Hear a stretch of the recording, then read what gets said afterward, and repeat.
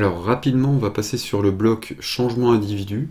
Donc ce bloc-là, il va vous servir que dans des cas très particuliers où vous aurez à changer, suite à une erreur, par exemple, le numéro de sécurité sociale d'une personne, le nom de famille, le prénom ou sa date de naissance. La date de naissance, par exemple, si elle n'est pas connue, en général, on met des 9 à la place des jours ou des mois ou des années qui ne sont pas connus.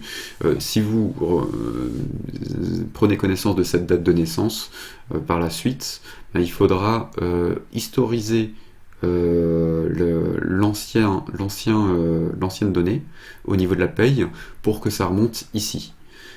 Alors, pour l'historisation, quand je prends Bal Joseph, par exemple, si par exemple je me suis trompé au niveau de sa date de naissance, je vais mettre qu'il n'est pas en 68, il était en 70, il est né en 70, je vais enregistrer ici en faisant OK, et là on va me demander, bon alors, est-ce que je veux rééditer les bulletins déjà, et est-ce que je veux enregistrer un historique administratif?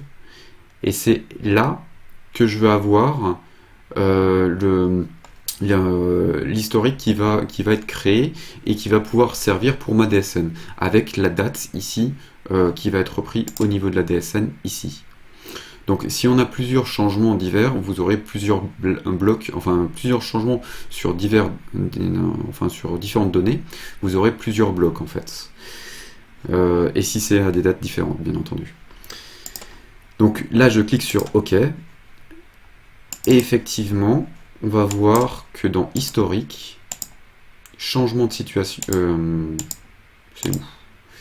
Du coup, ce sera, qu'est-ce que j'ai changé? J'ai changé la date de naissance, situation familiale, on aura son ancienne date de naissance qui va être prise en compte au niveau de l'historique et qui remontera du coup au niveau de la DSN du mois de novembre. Donc là,